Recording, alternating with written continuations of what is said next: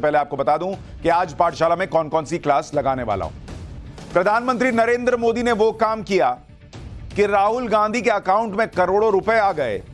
आज इसके बारे में बताने वाला हूं। राहुल मालामाल, कांग्रेस कंगाल, मोदी ने गजब ही ढा रखा है। कांग्रेस छोड़ने वालों ने पार्टी को पूरा ही कैसे एक्सपोज कर दिया, और राहुल के वायनाड पहुंची स्मृति ईरानी तो क्या हो गया, आज ये भी दिखाऊंगा। राहुल ने अमेठी से जीजा रॉबर्ट वाड्रा को टिकट देने वाली है क्या कांग्रेस? यानी 2024 चुनाव की सारी बड़ी खबरों का कंप्लीट चैप्टर होगा। सबसे पहले फिर बात होगी केजरीवाल जी की। वो फोटो आ गई जिस पर बवाल मच गया है। शराब घोटाले के गवाहों को कौन बयान बदलने के लिए धमका रहा है, आज इसके बारे में भी बताऊंगा। बंगाल पहुंचे पीएम मोदी की वो तस्वीर आई जिससे ममता का बीपी बढ़ जाएगा। बंगाल में मोदी मोदी और इधर संदेश खाली पर दीदी के लिए नई मुसीबत आकर खड़ी हो गई है। आज बंगाल में क्या चल रहा है वो भी दिखाऊंगा।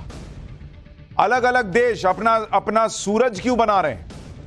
आसमान वाले सूरज को क्या होने वाला है कि लैब में सूरज बनने लगे हैं, आज इसका चैप्टर भी। लेकिन पाठशाला में पहले दिन भर की बड़ी खबरों का रिवीजन, उसके बाद पहला चैप्टर।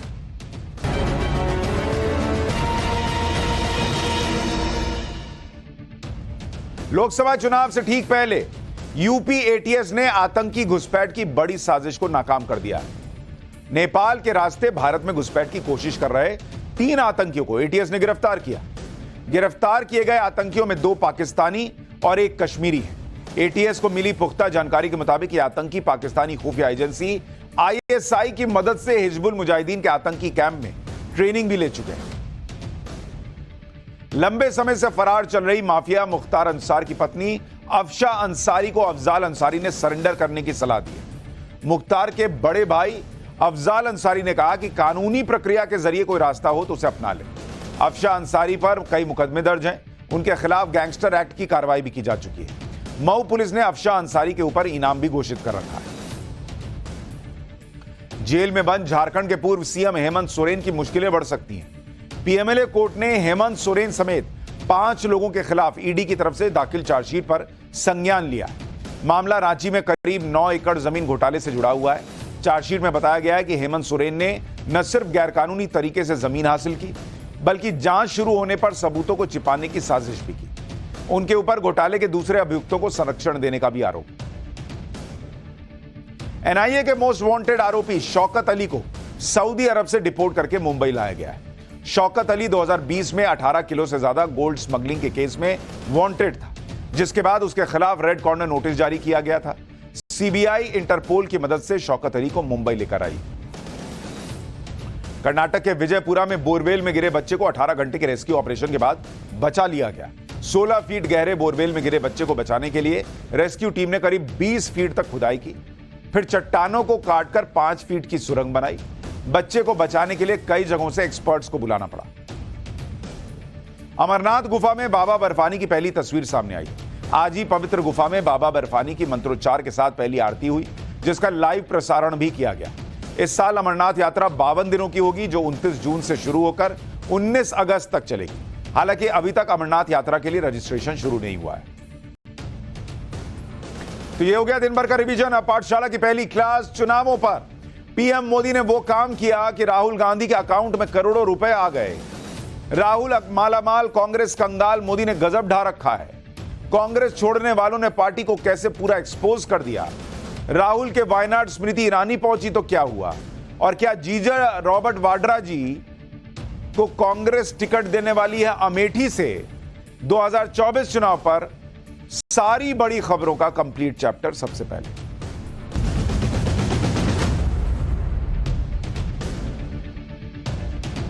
प्रधानमंत्री नरेंद्र मोदी के लिए राहुल गांधी क्या क्या नहीं कहते रहते। सूट बूट की सरकार, अडानी अंबानी और भी बहुत कुछ।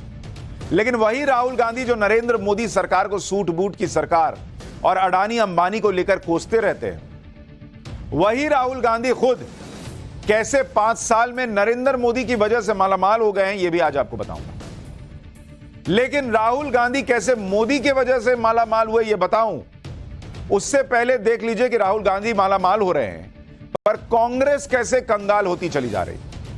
नरेंद्र मोदी अब की बार 400 पार का नारा दे रहे हैं। कांग्रेस जो है उसकी हालत यह हो गई है कि उसके पास लोग बचेंगे कि नहीं, सीट तो बहुत दूर की बात है, लोग बचेंगे कि नहीं, यह सवाल खड़ा हो गया। कांग्रेस का नेताओं वाला अकाउंट खाली होता जा रहा है। एक एक करके कांग्रेस से नेता निकलते जा रहे हैं। 2 दिन में कांग्रेस को ऐसे ही 3 जोरदार झटके लगे हैं, जब कांग्रेस के 3 बड़े नेताओं ने पार्टी को टाटा बाय बाय खत्म बोल दिया। कल बॉक्सर विजेंदर सिंह कांग्रेस से बीजेपी में आए। आज कांग्रेस के प्रवक्ता गौरव वल्लभ भी बीजेपी में आ गए, जिन्हें आपने कई बार कांग्रेस की तरफ से डिबेट करते देखा होगा। वो भाई आ गए बीजेपी में। एंकर अलग परेशान कि इंट्रोड्यूस कराते वक्त ध्यान रखना होगा कि कांग्रेस प्रवक्ता न निकल जाए मुंह से। उधर महाराष्ट्र में कांग्रेस के नेता संजय निरुपम ने भी इस्तीफा दे दिया है। याद करिए कि जब राम मंदिर उद्घाटन कार्यक्रम का न्योता कांग्रेस को मिला था तो कांग्रेस ने उसे नकार दिया था, और आज राम का नाम लेकर ही कांग्रेस नेता पार्टी छोड़ रहे हैं। कई लोग तो कह रहे हैं कि राम मंदिर के कार्यक्रम में नहीं गए, इसलिए पार्टी का यह हाल हो रहा है। आज कांग्रेस के जो 2 नेता पार्टी छोड़े और उनके बारे में आपको बताऊं, सबसे पहले गौरव वल्लभ की बात करता हूं। गौरव वल्लभ कांग्रेस के उन प्रवक्ताओं में से थे जो आर्थिक मामलों के जानकार थे, जो मजबूती से कांग्रेस का पक्ष रखते थे। लेकिन कांग्रेस का जैसा कल्चर है उसमें ऐसे नेताओं की कदर कहां होती है। इसी से परेशान होकर गौरव वल्लभ ने भी कांग्रेस को अलविदा कह दिया। गौरव वल्लभ ने कांग्रेस अध्यक्ष मल्लिकार्जुन खड़गे को पत्र लिखकर कांग्रेस के सारे पदों और सदस्यता से इस्तीफा दे दिया। ये चिट्ठी से कोई फर्क पड़ता है? पहले कितना लोग लिख के गए, जो गए उसी को गाली पड़ रही है कि डरपोक था, भाग गया, जान दो।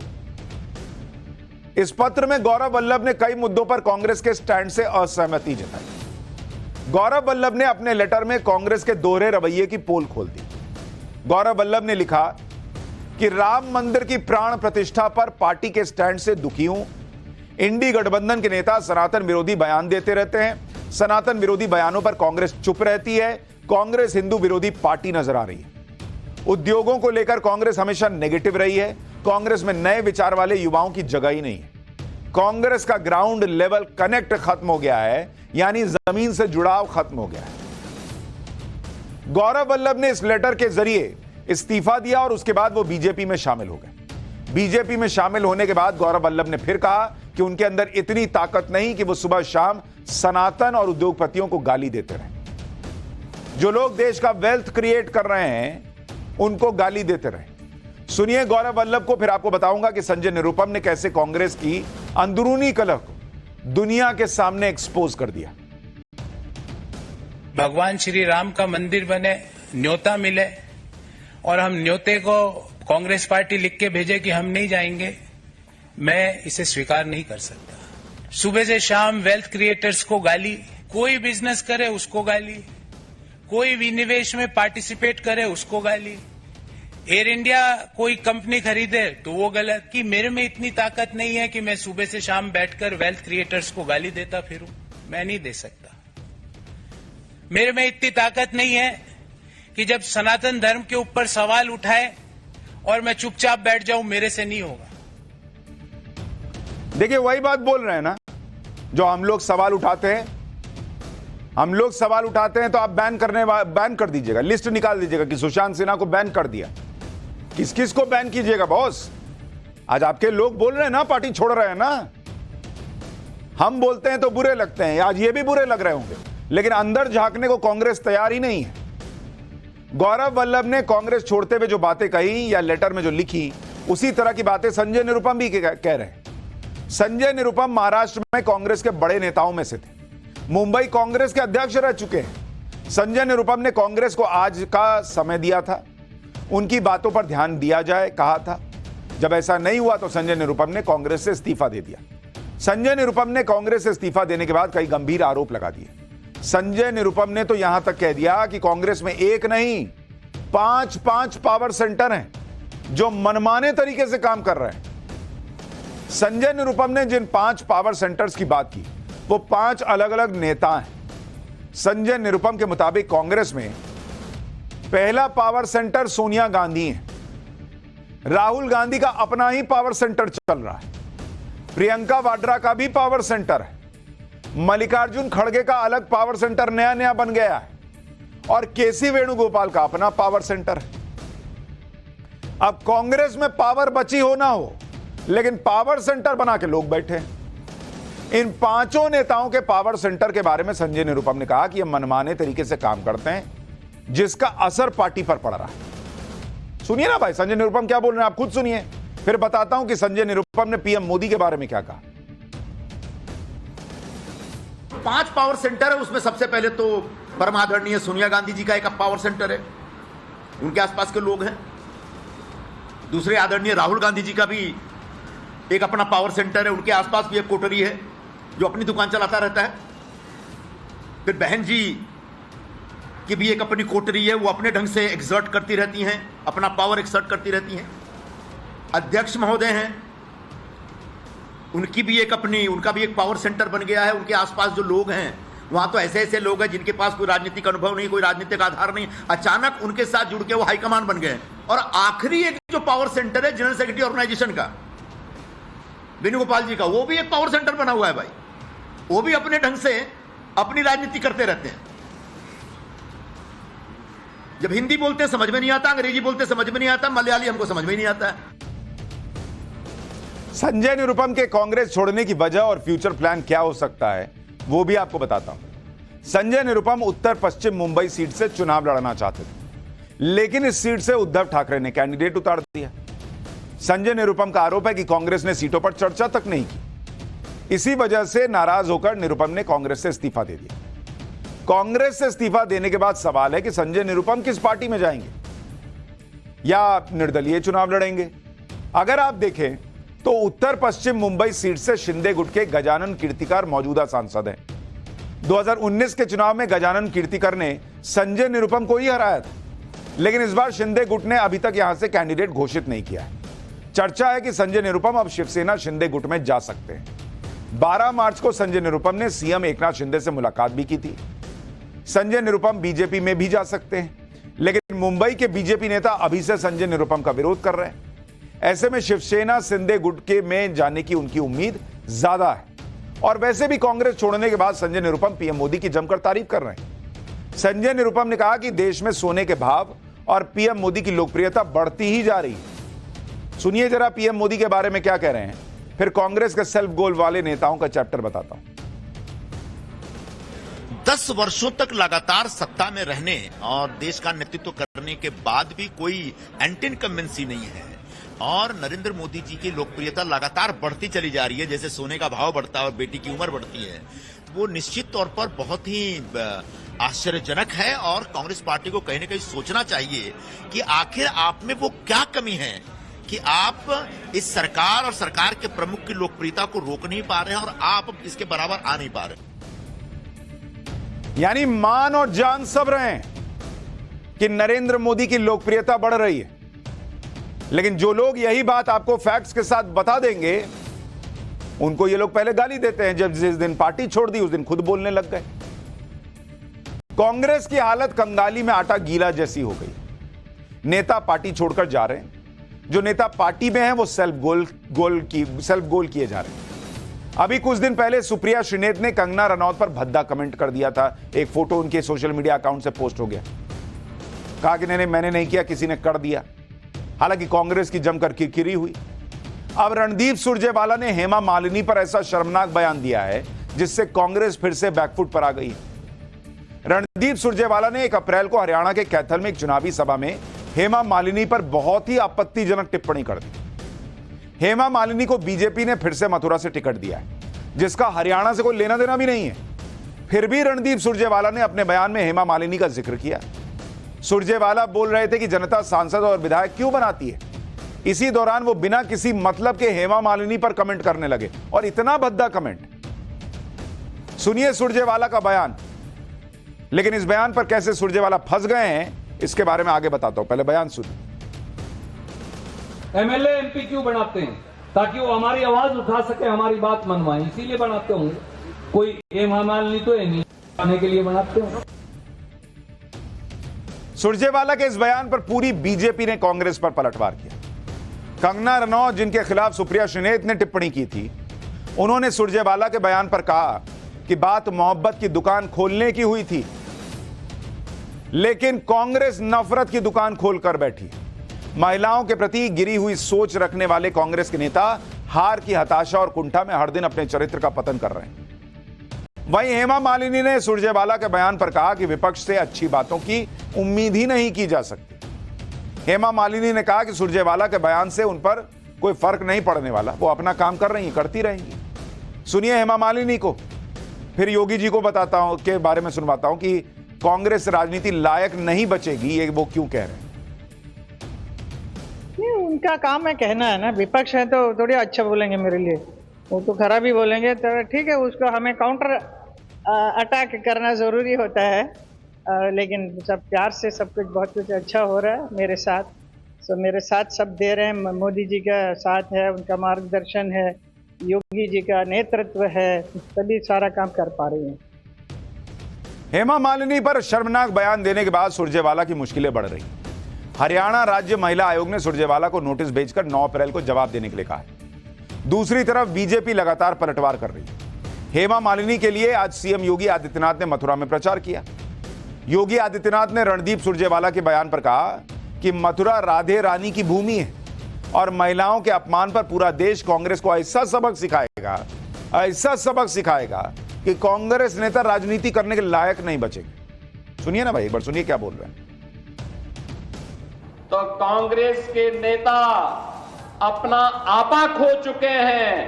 अब भारत की मातृशक्ति के प्रति अपमानजनक टिप्पणी करके आधी आबादी का अपमान करने पर उतारू हो चुके हैं। लेकिन इन कांग्रेसियों को और इंडी गठबंधन के लोगों को इस बात की जानकारी होनी चाहिए, ये राधे रानी की भूमि है, यमुना मैया की कृपा इस भूमि पर है। अगर आधी आबादी का अपमान करोगे तो आधी आबादी ही नहीं बल्कि पूरा भारतवर्ष उन्हें ऐसा सबक सिखाएगा कि आगे से वे राजनीति करने लायक नहीं बच पाएंगे। उधर राहुल गांधी अलग ही मुश्किल में फंसते दिख रहे हैं। राहुल गांधी इस बार भी वायनाड से लोकसभा चुनाव लड़ रहे हैं। पिछली बार राहुल ने अमेठी और वायनाड दोनों जगह से चुनाव लड़ा था। वायनाड से तो राहुल जीत गए, लेकिन अमेठी में स्मृति ईरानी ने राहुल गांधी को हरा दिया था। इस बार स्मृति ईरानी भी वायनाड पहुंच गई हैं, यानी वायनाड में अमेठी जैसा माहौल बन रहा है। राहुल गांधी ने कल वायनाड में नामांकन भरा, रोड शो किया। आज स्मृति ईरानी ने वायनाड में रोड शो कर दिया। स्मृति ईरानी वायनाड में भी अटैकिंग मोड में दिखाई दी। वायनाड का पूरा माहौल 2019 के अमेठी लोकसभा चुनाव की तरह दिख रहा है और राहुल गांधी वायनाड की सुरक्षित सीट पर भी फंसते हुए दिख रहे हैं। स्मृति ईरानी के वायनाड में प्रचार करने से वायनाड का चुनाव अब दिलचस्प हो गया है। वायनाड से बीजेपी ने के सुरेंद्रन को टिकट दिया है। के सुरेंद्रन केरल बीजेपी के अध्यक्ष भी है। स्मृति ईरानी के आने से के सुरेंद्रन की चर्चा होने लगी। वायनाड में राहुल वर्सेस स्मृति ईरानी का माहौल बनाया जा रहा है।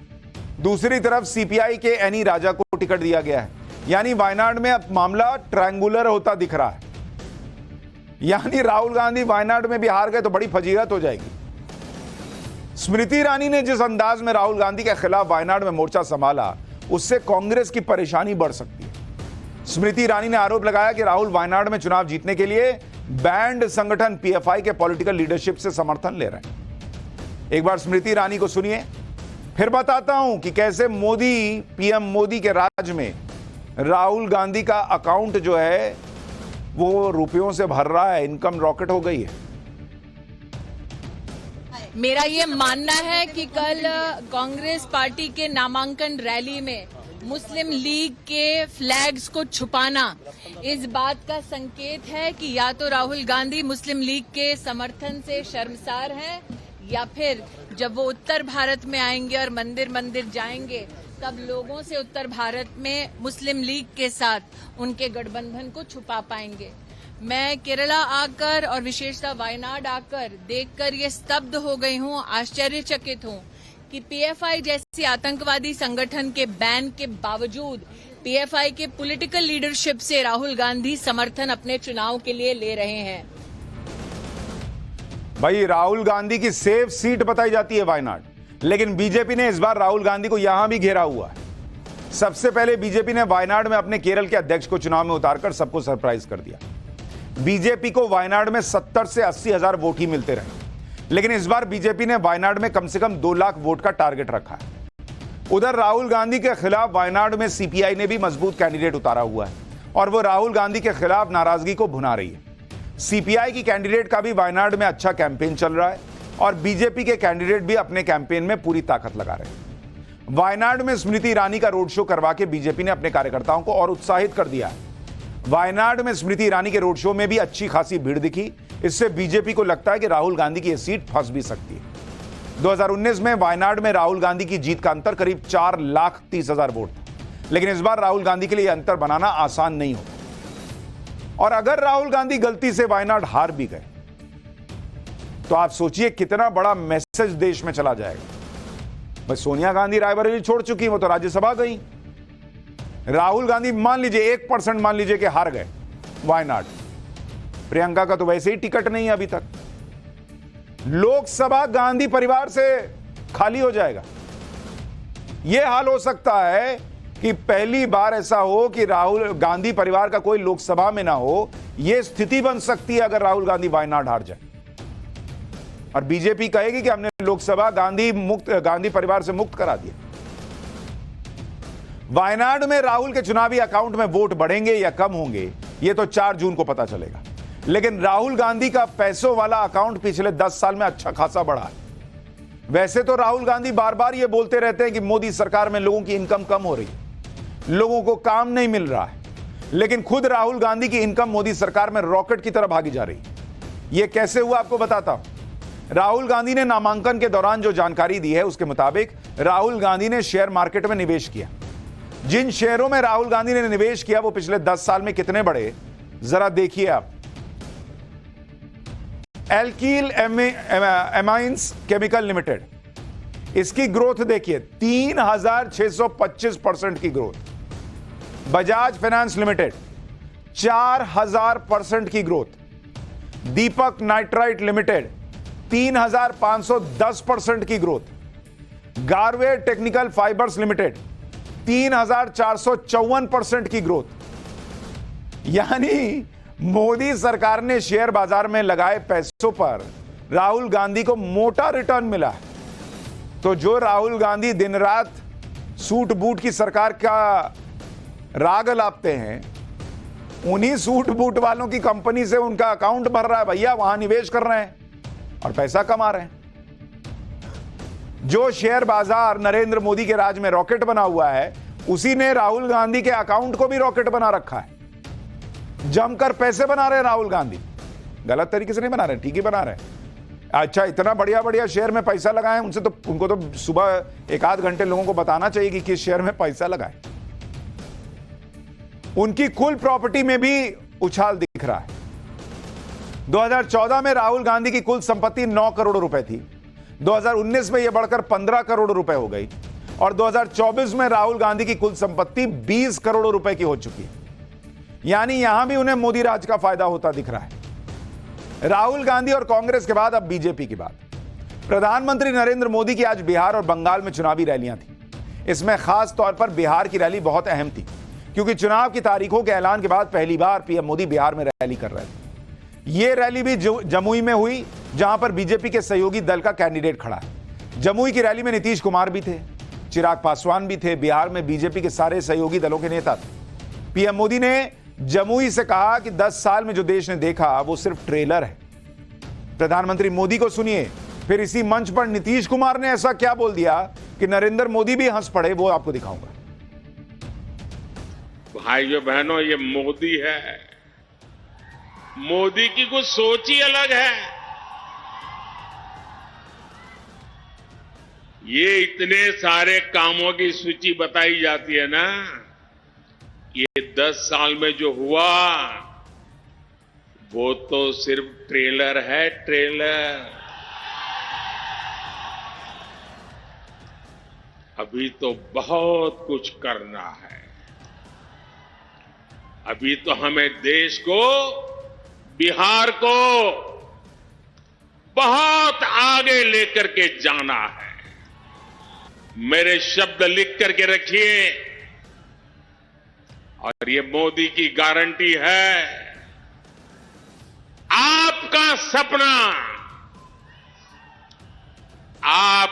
सपना ही मेरा संकल्प है। जमुई की इस रैली में नीतीश कुमार भी बोले। नीतीश कुमार ने एक ऐसी बात कही कि पीएम भी मुस्कुराए बिना न रह पाए। नीतीश कुमार ने वो कहा, वो तो झूठ मूठ में आरजेडी के साथ चले गए, लेकिन अब कभी इधर उधर नहीं जाएंगे। सुनिए एक बार नीतीश जी को। अब वो तो झूठ मूठ के बीच में हम एक बार साथ कर लिए थे, आज झूठ मूठ के अपना बात करता है जो काम हम ही लोगों का किया हुआ, तो उसके बाद तो हम देखे गड़बड़ करता है तो फिर छोड़ दिए। अब सब दिन के लिए फिर हम लोग साथ हो गए, अब कभी इधर उधर नहीं होने वाले।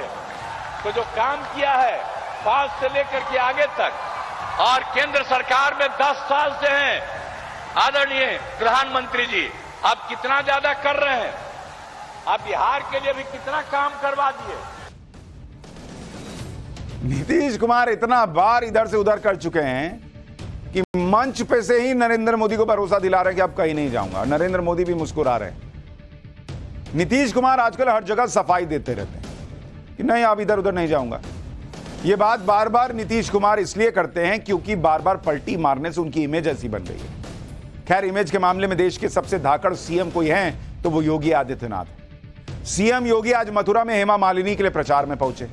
सीएम योगी ने इशारों में कह दिया कि अयोध्या और काशी के बाद मथुरा में भी सनातन की जीत होगी। मथुरा को लेकर सीएम योगी ने क्या कहा, सुन लीजिए, फिर कैंडिडेट्स को लेकर अखिलेश यादव की खत्म ना होने वाली टेंशन का नया चैप्टर बताता हूं। बहुत सारे मामले जहां न्यायालय में मामले लंबित हैं, उन कारणों से हमें थोड़ा रुकना पड़ता है, और हम तो ये मान के चलते हैं कि अंततः हमारी जीत होनी है। हमने अयोध्या के लिए 500 वर्षों का इंतजार किया, लेकिन संघर्ष से कभी पीछे हटे नहीं, और अंततः परिणाम आया कि अयोध्या में रामलला का विराजमान हो गया है, काशी का काम भी हो गया है।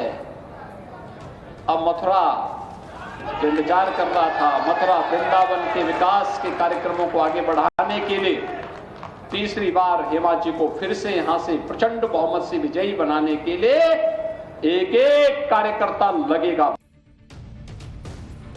एक तरफ बीजेपी यूपी में 80 सीट जीतने का टारगेट पूरा करने के लिए धमाधम प्रचार कर रही है। दूसरी तरफ अखिलेश यादव का अपने कैंडिडेट्स को लेकर कंफ्यूजन खत्म होने का नाम नहीं ले रहा। रामपुर, मुरादाबाद और कई सीटों पर कैंडिडेट बदलने के बाद अब मेरठ में भी कुछ ऐसा ही ड्रामा देखने को मिल रहा है। एक दिन पहले मेरठ सीट से समाजवादी पार्टी के कैंडिडेट के तौर पर अतुल प्रधान ने नॉमिनेशन किया था। रातों रात अखिलेश यादव ने इस सीट पर फिर उम्मीदवार बदल दिया। आज दूसरे चरण के लिए नॉमिनेशन दाखिल करने के आखिरी दिन समाजवादी पार्टी की तरफ से सुनीता वर्मा मेरठ से नॉमिनेशन करवाने पहुंच गए। गजब ही चल रहा है बॉस। इनको यही नहीं पता चल रहा कि किसको कैंडिडेट बनाना है, और ये नरेंद्र मोदी को हराने निकले। अखिलेश यादव ही नहीं, इंडी गठबंधन में समाजवादी पार्टी के सहयोगी कांग्रेस भी यूपी में अपना गढ़ मानी जाने वाली सीटों पर कैंडिडेट तय नहीं कर पा रही। कांग्रेस ने अब तक अमेठी और रायबरेली सीट पर उम्मीदवार का ऐलान तक नहीं किया, जबकि ये दोनों सीटें गांधी परिवार का गढ़ कही जाती रहीं। पहले अमेठी से राहुल गांधी और सोनिया गांधी के राज्यसभा में जाने के बाद रायबरेली से प्रियंका वाड्रा के चुनाव लड़ने की चर्चा थी। राहुल गांधी के केरल की वायनाड सीट पर नॉमिनेशन के बाद अमेठी सीट पर गांधी परिवार के एक और मेंबर ने दावेदारी ठोक दी है। ये मेंबर कोई और नहीं बल्कि राहुल गांधी के जीजा जी हैं, यानी प्रियंका वाड्रा के पति रॉबर्ट वाड्रा। रॉबर्ट वाड्रा का कहना है कि अमेठी के लोग चाहते हैं कि गांधी परिवार का ही कोई सदस्य यहां से चुनाव लड़े। इतना ही नहीं, वाड्रा ने कह दिया कि अमेठी के लोग उनकी तरफ उम्मीद भरी नजरों से देख रहे हैं। सुनिए जरा राहुल गांधी के जीजा जी को। मुझे लग रहा है कि वो चाहते हैं कि गांधी परिवार का कोई भी सदस्य वापस आए, वहाँ वो भारी बहुमत से जिताएंगे। यहाँ तक कि वो मेरे से भी प्रेरणा करते हैं और आशा करते हैं कि मैं वहाँ अपना पहला कदम अगर राजनीति में रखता हूँ और सांसद बनने की सोचता हूँ तो मैं अमेठी को ही रिप्रेजेंट करूँ, क्योंकि मैंने 99 से अपनी जो प्रचार प्रियंका के साथ शुरू किया वो अमेठी में ही था। तो राहुल गांधी के जीजा जी अलग दावेदारी ठोक रहे हैं। खैर, पाठशाला में अब अगली क्लास। केजरीवाल की वो फोटो आ गई जिस पर बवाल मच गया। शराब घोटाले के गवाहों को कौन बयान बदलने के लिए धमका रहा है, अब इसका चैप्टर।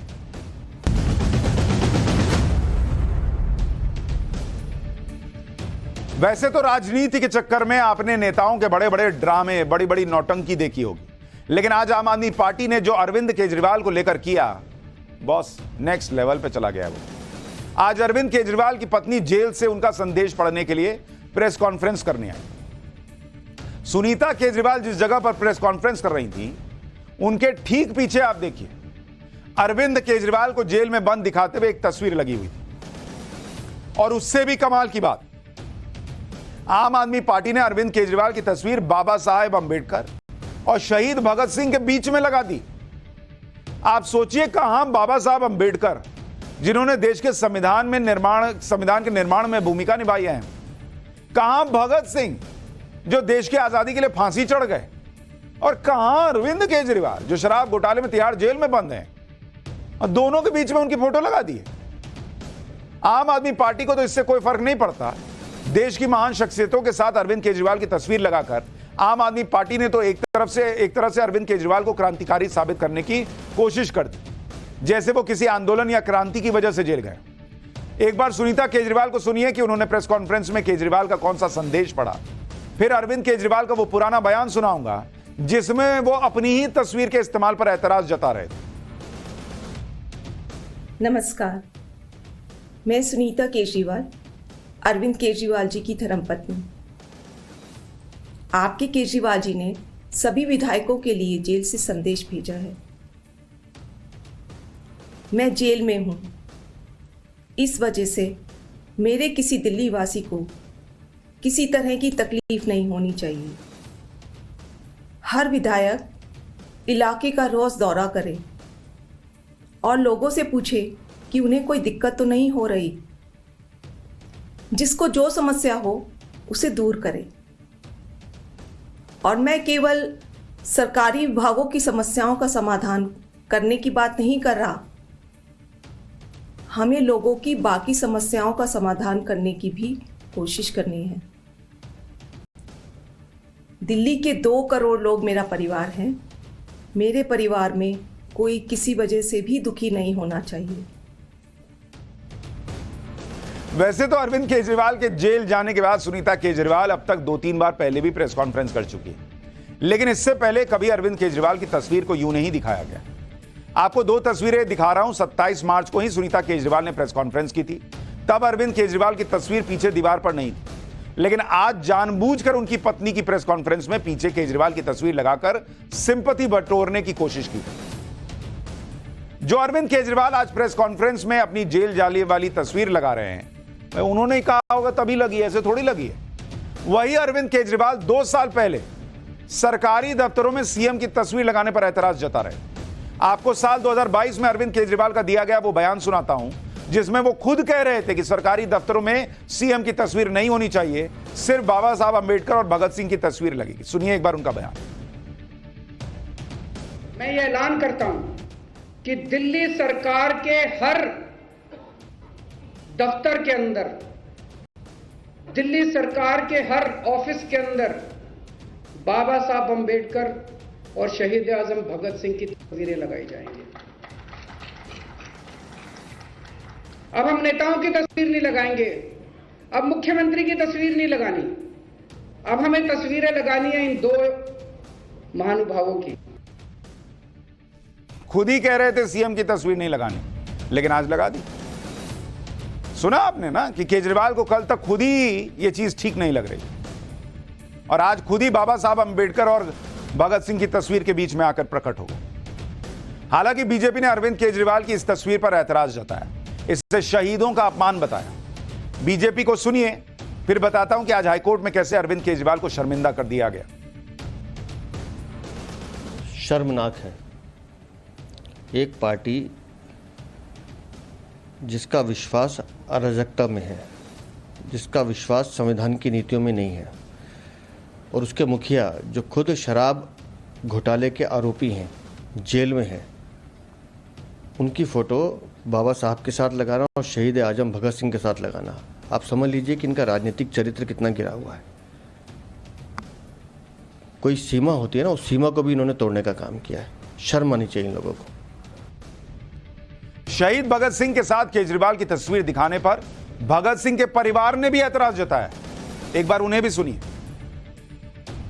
सुनीता केजरीवाल जी का एक वीडियो आया जिसको देख के बहुत बुरा लगा, बहुत अफसोस हुआ, क्योंकि उस वीडियो के अंदर भगत सिंह जी और बाबा साहब अंबेडकर जी के साथ अरविंद केजरीवाल जी का फोटो लगाया गया था बीच के अंदर, और उनकी तुलना शहीद आजम भगत सिंह जी और अंबेडकर जी से करने का प्रयास किया गया, जो देख के बहुत बुरा लगा, बहुत गलत लगा। भगत सिंह जी के पोते को भी बुरा लग गया, लेकिन जिन्हें लगना चाहिए उन्हें ही बुरा नहीं लगता। कोर्ट कह दे तब भी बुरा नहीं लगता, क्योंकि एक तरफ आम आदमी पार्टी केजरीवाल की तुलना भगत सिंह जैसे क्रांतिकारियों से करने का प्रयास कर रही है, दूसरी तरफ देश की अदालतों को अरविंद केजरीवाल को राष्ट्रहित पर सबक सिखाना पड़ रहा है। अरविंद केजरीवाल जेल से ही सरकार चलाने पर अड़े हुए हैं। उन्हें पद से हटाने के लिए एक जनहित याचिका दिल्ली हाईकोर्ट में फिर से डाली गई थी। आज दिल्ली हाईकोर्ट ने इस जनहित याचिका को यह कहते हुए खारिज कर दिया कि यह अरविंद केजरीवाल का निजी फैसला होगा कि उन्हें जारी रखना चाहिए अपने आप को पद पर या नहीं। यानी हाईकोर्ट से केजरीवाल को राहत तो मिल गई, लेकिन याचिका खारिज करते हुए हाईकोर्ट ने जो टिप्पणी की वो आपको जरूर जाननी चाहिए। दिल्ली हाईकोर्ट ने कहा कि कभी कभी व्यक्तिगत हित को राष्ट्रहित के नीचे करना होता है, लेकिन यह उनका यानी केजरीवाल का निजी फैसला है। यानी हाईकोर्ट ने कहा कि वो इस मुद्दे पर फैसला नहीं कर सकता और इस मुद्दे पर फैसला लेना दिल्ली के उपराज्यपाल, एलजी या राष्ट्रपति पर निर्भर है। हाईकोर्ट ने याचिकाकर्ता को कहा कि उनकी समस्या का समाधान हमारे पास नहीं है, वो उचित फोरम पर इसे ले जा सकते हैं। इस पर याचिकाकर्ता ने याचिका वापस ले ली और यह भी कहा कि वो दिल्ली के एलजी को अप्रोच करेंगे, यानी यह मामला अब दिल्ली के एलजी के पास जा सकता है। लेकिन सोचिए, हाईकोर्ट तक को अरविंद केजरीवाल को याद दिलाना पड़ रहा है कि आप निजी हित को देश हित के ऊपर रख रहे हैं बॉस। दिल्ली के एलजी पहले ही कह चुके हैं कि वो जेल से सरकार नहीं चलेगी, यह सुनिश्चित करेंगे। यानी हो सकता है कि अगर दिल्ली के एलजी के पास यह अर्जी पहुंचे तो वो इस पर कुछ एक्शन ले सकते हैं। हाईकोर्ट कुछ भी टिप्पणी करे, अरविंद केजरीवाल इसका लोड नहीं लेने वाले। वो तो जेल से ही सरकार चलाएंगे, जेल से ही ऑर्डर दे रहे हैं। खुद को क्रांतिकारी बताने वाले अरविंद केजरीवाल जेल से बाहर आने के लिए भी छटपटा रहे हैं, जमानत के लिए अदालतों के चक्कर लगा रहे हैं। जबकि ये वही अरविंद केजरीवाल हैं जो कभी जन लोकपाल के मुद्दे पर नेताओं के भ्रष्टाचार पर जमकर बोलते थे। सुनिए अरविंद केजरीवाल का पुराना बयान, जिसमें वो खुद कह रहे हैं कि भ्रष्टाचार में फंसे लोगों की संपत्ति जब्त होनी चाहिए। तब अरविंद केजरीवाल को इस बात से दिक्कत थी कि नेताओं को जेल होते ही बेल मिल जाया करती थी। सुनिए केजरीवाल जी का वो पुराना बयान। फिर आज शराब घोटाले में ईडी ने क्या बड़ा खुलासा किया है वो बताता हूं। अन्ना हजारे जी के नेतृत्व में भ्रष्टाचार के खिलाफ आंदोलन चल रहा था। क्या मांग रहे थे हम लोग?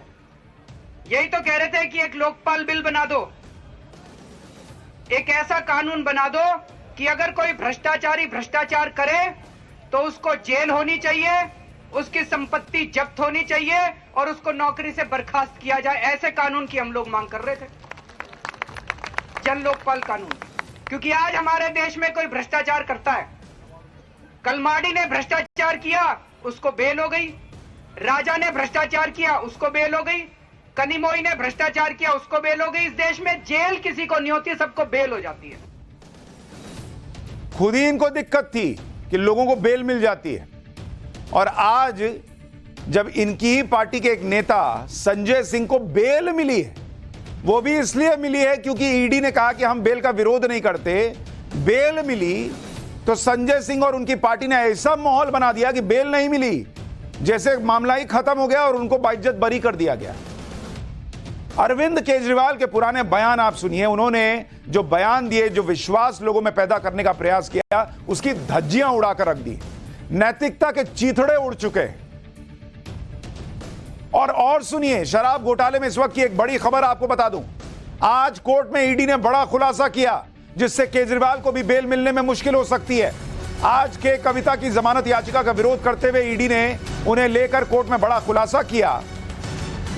ईडी ने खुलासा किया कि शराब घोटाले में गवाहों को धमकाया गया है, गवाहों को बयान बदलने के लिए मजबूर किया गया है, गवाहों को बुलाकर उन्हें बयान बदलने के लिए मजबूर किया गया। ये ईडी ने कोर्ट में दावा किया है और 2 से 3 गवाहों के बयान बदलने के लिए उन पर दबाव बनाया गया। 1-2 गवाह के कविता के दबाव में भी आ गए थे। एक गवाह ने ईडी को बताया कि उन पर दबाव डाला जा रहा है। ईडी ने कहा कि सबूतों को स्पष्ट रूप से नष्ट करने का प्रयास हो रहा है। यह सारा खुलासा करते हुए ईडी ने साफ कहा कि के कविता को राहत नहीं मिलनी चाहिए। वो प्रभावशाली व्यक्ति हैं, उन्हें राहत मिली तो वो आगे भी ऐसा करेंगी। कोर्ट ने के कविता के अंतरिम जमानत की याचिका पर फैसला सुरक्षित रखा है।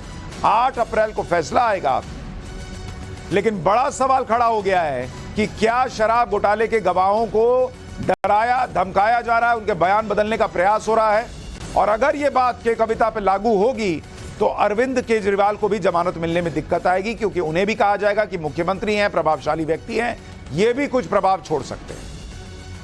पाठशाला में अब अगली क्लास। बंगाल पहुंचे पीएम मोदी की वो तस्वीर जिससे ममता का बीपी बढ़ जाएगा। बंगाल में मोदी और इधर संदेश खाली पर दीदी के लिए कैसे नई मुसीबत आ गई, अब इसका चैप्टर।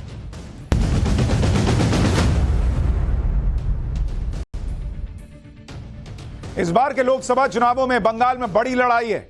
एक तरफ पीएम मोदी, जिनका खास फोकस बंगाल की हिंसा और महिलाओं के मुद्दे पर है, वहीं दूसरी तरफ सीएम ममता बनर्जी, जो संदेश खाली के मुद्दे को गरमाने के बाद से ही बैकफुट पर है। दोनों के बीच चल रहा घमासान आज इसलिए दिलचस्प हो गया क्योंकि दोनों नेता आज कूच बिहार में थे। पहले ममता बनर्जी की बारी थी। ममता बनर्जी बीजेपी पर जमकर बरसी। उन्होंने बीजेपी को जुमला पार्टी करार देते हुए कहा कि सांप से दोस्ती कर सकते हैं, बीजेपी से नहीं। इसके साथ ही उन्होंने कहा कि हम सीएए और एनआरसी को लागू नहीं होने देंगे। वहीं संदेश खाली के मामले के बाद प्रधानमंत्री नरेंद्र मोदी आज दूसरी बार कूच बिहार पहुंचे। इस दौरान पीएम मोदी ने संदेश खाली के मुद्दे पर ममता सरकार को जमकर घेरा। संदेश खाली के गुनहगारों को लेकर पीएम मोदी ने बंगाल की जनता से क्या बड़ा वादा किया वो भी बताऊंगा, लेकिन उससे पहले देखिए, जब पीएम मोदी बंगाल पहुंचे तो जनता ने उनका स्वागत किस अंदाज में किया। सड़क के दोनों तरफ हजारों की संख्या में मौजूद समर्थक पीएम मोदी की एक झलक पाने के लिए बेकरार दिखे। लोगों की भीड़ में सबसे ज्यादा महिलाएं नजर आ रही थीं। बुजुर्ग और छोटे छोटे बच्चे लाइन में खड़े दिखे। भीड़ को संभालने के लिए कई जगहों पर तो पुलिस को मशक्कत तक करनी पड़ी। यह पीएम मोदी का प्लान्ड रोड शो नहीं था। इसके बावजूद लोगों की जबरदस्त भीड़ उमड़ पड़ी। पीएम मोदी ने भी किसी को निराश नहीं किया। हाथ में पार्टी का सिंबल लेकर उन्होंने बंगाल की जनता को संदेश देने की कोशिश की कि अब बदलाव का वक्त आ गया है। जनता के बीच पहुंचकर पीएम मोदी ने ममता सरकार पर एक एक करके कई वार किए।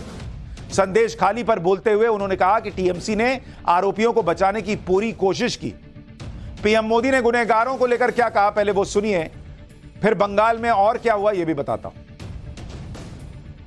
पूरे बंगाल ने, पूरे देश ने देखा है कि कैसे टीएमसी सरकार ने संदेश खाली के गुनहगारों को बचाने के लिए पूरी ताकत लगा दी। संदेश खाली की महिलाओं के साथ जो हुआ वो टीएमसी के अत्याचार की पराकाष्ठा थी। अब बीजेपी ने संकल्प लिया है कि वो संदेश खाली के दोषियों को सजा दिलवा कर ही रहेगा। उन्हें जिंदगी जेल में ही काटनी पड़ेगी। प्रधानमंत्री मोदी लगातार संदेश खाली की बात कर रहे हैं। उन्होंने संदेश खाली में शाहजहां शेख के खिलाफ आवाज उठाने वाली एक महिला को टिकट भी दिया है। संदेश खाली की रेखा पात्रा को बशीरहाट से बीजेपी ने लोकसभा उम्मीदवार बनाया। कुछ दिन पहले रेखा पात्रा से पीएम मोदी ने फोन पर बात भी की थी। उन्होंने चुनावी तैयारियों की जानकारी लेने के साथ उन्हें शक्ति स्वरूपा भी कहा था। संदेश खाली के मुद्दे पर ममता सरकार चारों तरफ से घिरी हुई है। आज कलकत्ता हाईकोर्ट ने भी ममता सरकार की खिंचाई कर दी। कलकत्ता हाईकोर्ट ने कहा कि संदेश खाली में जो हुआ वो बेहद शर्मनाक है। राज्य सरकार की जिम्मेदारी है कि हर नागरिक की सुरक्षा की जिम्मेदारी ली जाए। संदेश खाली मामले में पश्चिम बंगाल सरकार को नैतिक जिम्मेदारी लेनी चाहिए। अगर इस मामले में 1% भी सच्चाई है तो भी सत्ताधारी पार्टी नैतिक तौर पर 100% जिम्मेदार है। यह कलकत्ता हाईकोर्ट के चीफ जस्टिस कह रहे हैं भाई कि 1% भी अगर संदेश खाली में जो कहा जा रहा है वो हुआ है तो भी 100% जिम्मेदारी ममता सरकार की। एक तरफ संदेश खाली का मुद्दा ममता बनर्जी का पीछा ही नहीं छोड़ रहा, वहीं कूच बिहार से पीएम मोदी पूरे बंगाल को साध रहे। कूच बिहार में आज पीएम मोदी ने कैसे वहां के नायकों के नाम लेकर कनेक्ट किया, एक बार वो भी सुनिए। उसके बाद पश्चिम बंगाल में चुनाव हो तो क्या कूच बिहार क्यों इतना महत्वपूर्ण हो जाता है ये भी बताऊंगा। ये समय महाराजा नरनारायण, वीर चिल्ला रॉय और ठाकुर पंचानन वर्मा जैसे महान सपूतों के सपनों को पूरा करने का समय है और इसलिए 19 अप्रैल को जब आप मतदान केंद्र पर वोट डालने जाएंगे तो इस बात को बराबर याद रखिएगा और हम याद रखें ये देश का चुनाव है, पूरे हिंदुस्तान का चुनाव है। ये देश को दुनिया की तीसरी बड़ी आर्थिक ताकत बनाने का चुनाव है। प्रधानमंत्री मोदी ने आज बंगाल के जिस कूच बिहार इलाके में रैली की उसका गणित भी आपको बताता हूं। दरअसल कूच बिहार एक वक्त में लेफ्ट का गढ़ हुआ करता था, लेकिन 2014 से यहां टीएमसी जीतने लगी। 2019 में बीजेपी ने इस सीट टीएमसी से छीन ली। कूच बिहार सीट से बीजेपी के निश्चित प्रामाणिक सांसद हैं, जिन्हें मोदी सरकार में गृह राज्य मंत्री भी बनाया गया था। 2019 में निश्चित प्रामाणिक कूच बिहार सीट पर करीब 54,000 वोट से जीते थे। इस बार भी बीजेपी ने उन्हें ही टिकट दिया है। 2021 में कूच बिहार लोकसभा सीट की 8 विधानसभा सीटों में से 7 सीटें बीजेपी ने जीत ली थी और एक तरह से इसे अब बीजेपी ने अपना गढ़ बना लिया है।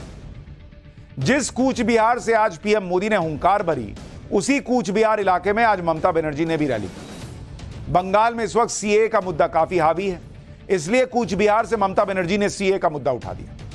ममता बनर्जी ने कहा कि सीएए एक जाल है जिससे वैध नागरिकों को भी अवैध बना दिया जाएगा। ममता बनर्जी बोली कि बीजेपी सीए के बाद एनआरसी लागू करेगी, लेकिन बंगाल में ना हम सीए को लागू होने देंगे ना एनआरसी को लागू होने देंगे। जबकि मैंने आपको पाठशाला में पहले ही बताया कि राज्य सरकारों के पास यह अधिकार नहीं है कि वो मना कर दे कि हम सीए लागू नहीं करेंगे। वहीं कूच बिहार की रैली में पीएम मोदी ने भी सीए पर ममता बनर्जी को करारा जवाब दिया। पीएम मोदी ने कहा कि विपक्ष सीए पर अफवाह फैला रहा है। सीएए के तहत नागरिकता देना मोदी की गारंटी है। कूच बिहार का यह पूरा इलाका ममता बनर्जी के लिए बहुत चैलेंजिंग है, क्योंकि इस पूरे इलाके के आसपास जितनी भी लोकसभा सीटें हैं उन पर बीजेपी की तगड़ी पकड़ है। कूच बिहार को मिलाकर बंगाल के इस हिस्से की 7 लोकसभा सीटों में 7 पर बीजेपी का कब्जा है।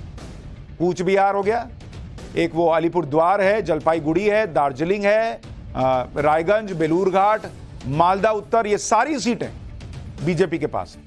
इसके अलावा मालदा दक्षिण की सीट पर कांग्रेस पिछली बार जीती थी, लेकिन यहां पर दूसरे नंबर पर बीजेपी थी और कांग्रेस की जीत का अंतर मात्र 8,000 से ज्यादा का था।